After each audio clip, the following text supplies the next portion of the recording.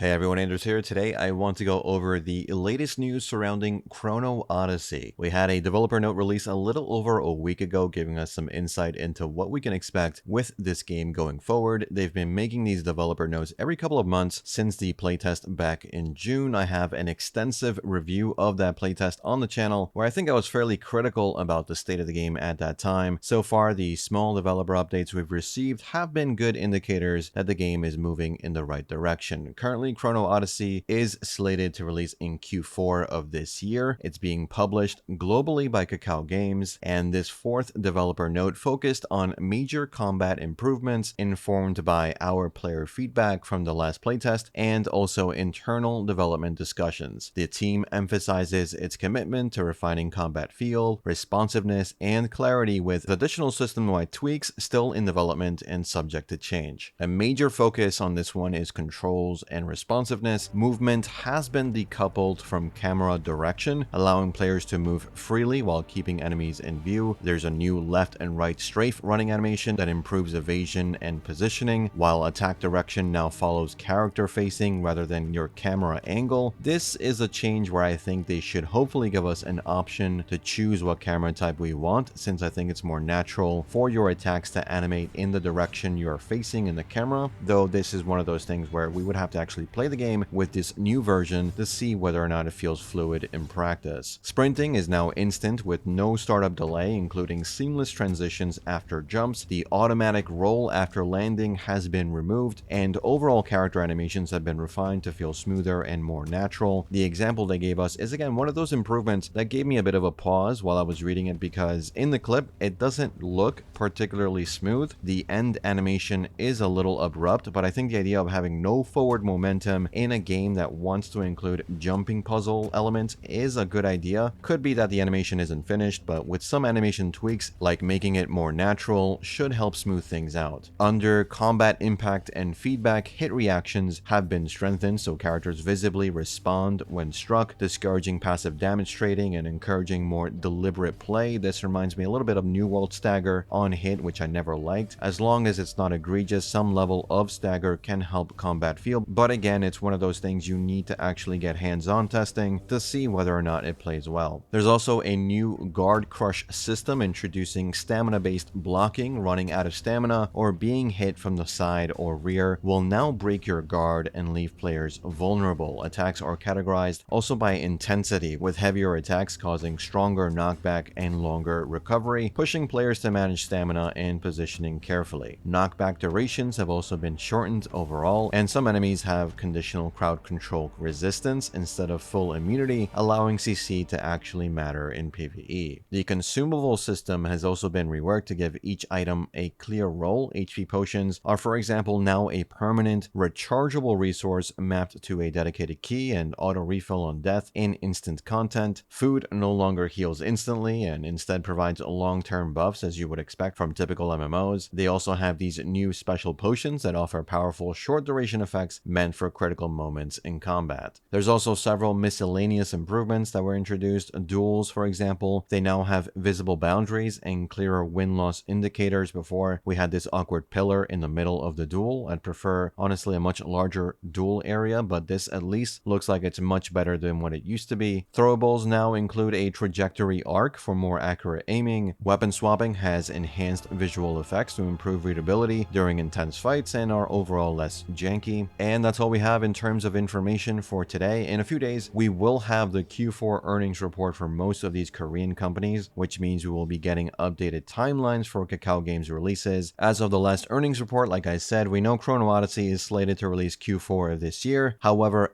XL Games is releasing Arcade Chronicles in Q3 of this year, which might directly compete with Chrono Odyssey, especially considering XL Games is now part of Kakao, so that's an in-house studio. I'll be making a separate video on Arcade Chronicles, but information for that game so far has been minimal. I'll wait till we hopefully get some more information at the upcoming earnings call so we can hopefully get a better idea of how that game is shaping up. From the last developer update on Arcade, it looks like it's going to be a smaller MMO in terms of group content, but we'll talk more on that next week. That's it for this one. Let me know what you think about the changes to Chrono Odyssey. Do you agree with their new approach? What do you think they missed addressing in this developer note covering combat? Let me know in the comments. Like and subscribe if you want to see more videos like this, And as always, thanks for watching, thanks for listening. I'll see you all in the next one.